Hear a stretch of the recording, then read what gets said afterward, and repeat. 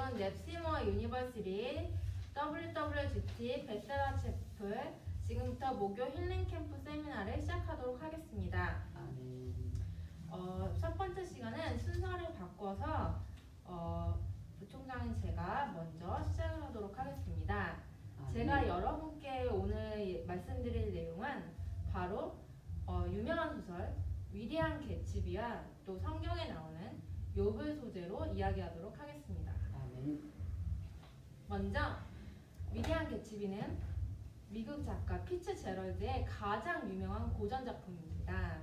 그래서 이 작품이 왜 그렇게 가장 유명해졌는가, 거기에 대해 사람들은 아직까지도 좀 의아한 구석을 가지고 있습니다. 왜냐하면 이 위대한 개츠비라는 작품은 매우 난해합니다.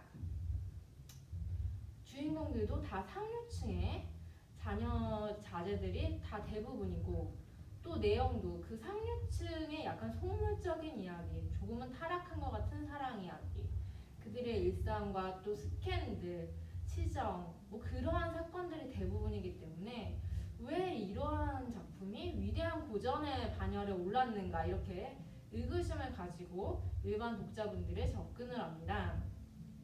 그런데 사실 이 작품이 위대한 고전이 된 데에는 그만한 이유가 있습니다. 먼저 기본 줄거리를 말씀드리도록 하겠습니다. 위대한 개츠비는 사실 그 중에서도 예일대를 나오고 엘리트 집안에서 자라서 또 부유하게 살면서 이제 살아가는 한 남성의 작가가 되어서 그의 시점에서 본 상류층의 이야기입니다.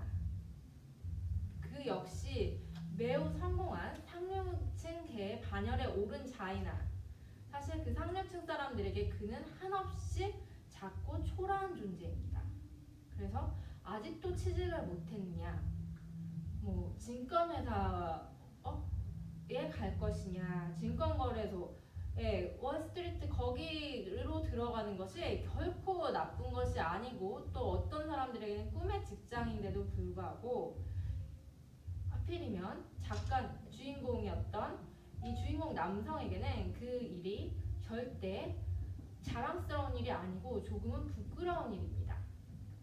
그래서 사람들은 다 이 주인공에게 매우 의아한 구석을 갖습니다.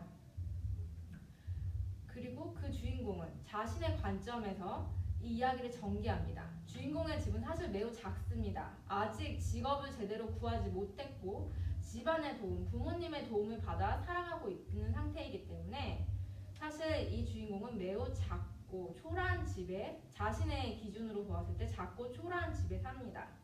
그러면서 항상 반대편 집을 동경합니다. 주인공의 반대편 집에는 매우 부유한 개츠비라는 남자가 살고 있습니다. 그리고 그는 대저택을 가지고 있습니다.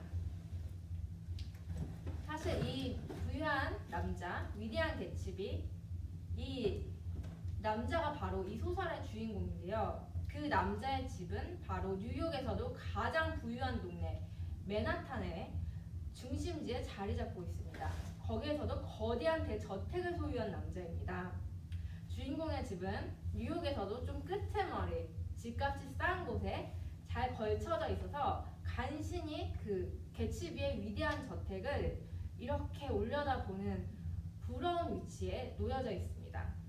그래도 같은 라인에 있다라고 이제 나름의 자부심을 가지고 주인공은 살아갑니다. 그리고 주인공의 친구들, 친척들은 다 상류층의 부유한 자제들로 주인공이 보기엔 매우 한심스러운 인생을 살고 있습니다. 그저 부모님을 잘 만나서 유산을 많이 받았기 때문에 많은 재산을 상속했고, 그래서 계속해서 흥청망청 돈을 쓰고 파티를 하고 좀 속물적으로 살아가는 존재입니다. 그래서 주인공은 항상 그들에게 좀 속물적인, 한심한 듯한 그런 시선으로 그들을 평가합니다. 여기서 주인공이 단 한 명 존경하는 이가 있습니다. 그가 바로 소설의 주인공 위대한 개츠비입니다. 이 개츠비는 처음부터 부자가 아니었습니다. 개츠비는 사실 매우 가난한 남자였습니다.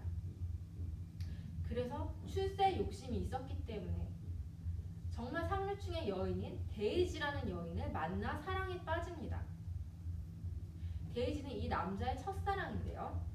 그런데 데이지는 전형적인 상류층의 클리셰 그 자체입니다.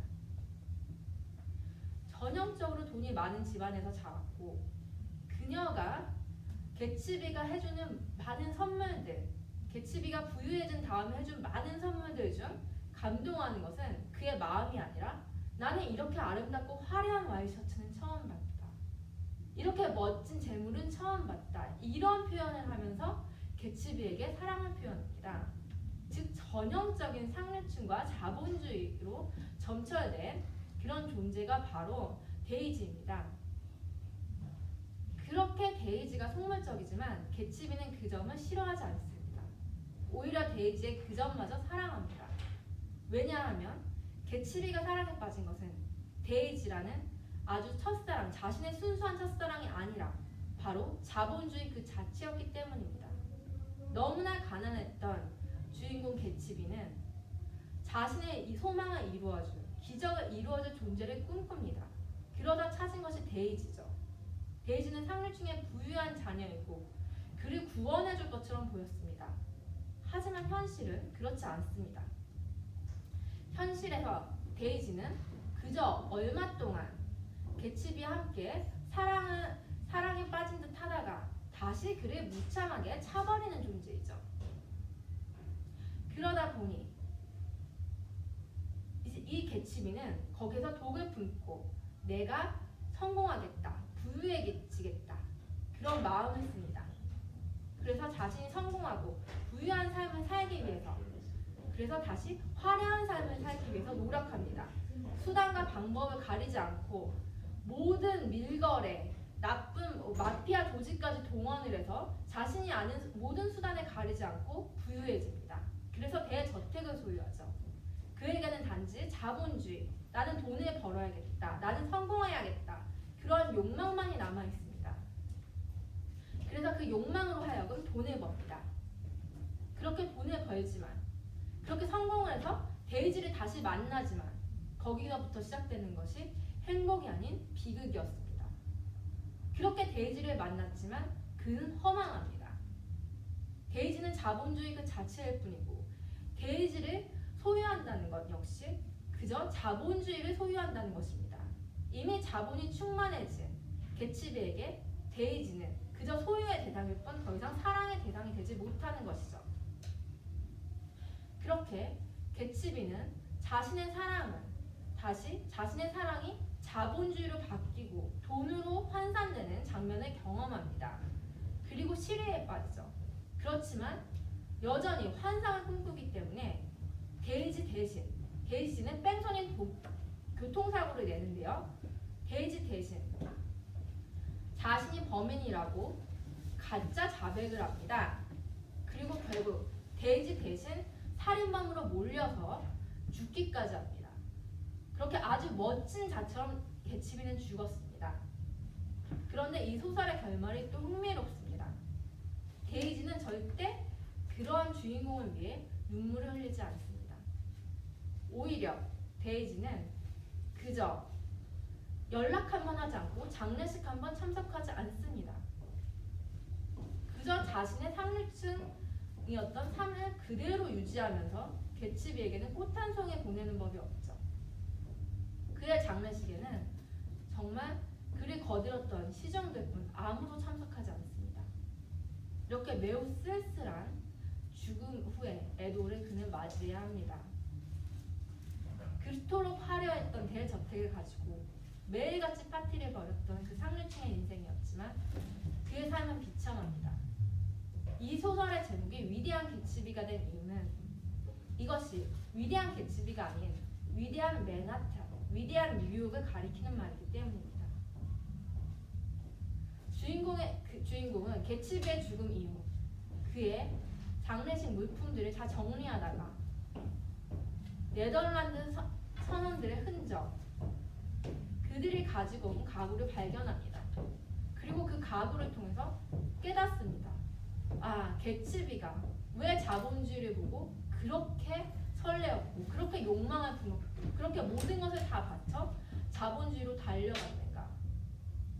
그 답이 바로 거기에 있었죠. 뉴욕 맨하튼이 어떻게 해서 생겨났습니까? 바로 네덜란드 선원들에 의해서 생겨났죠.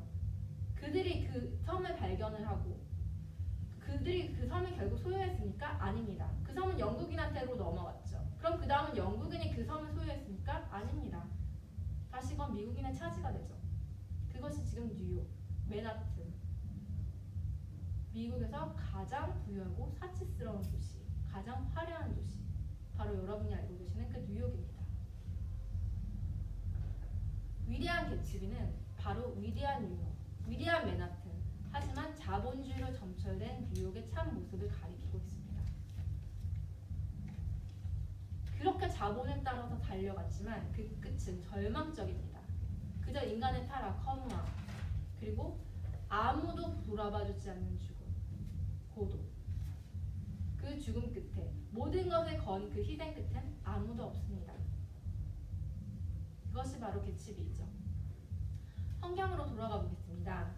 욥을 봅시다. 욥은 어떻습니까? 욥 역시 위대합니다. 위대하고 아주 부유합니다.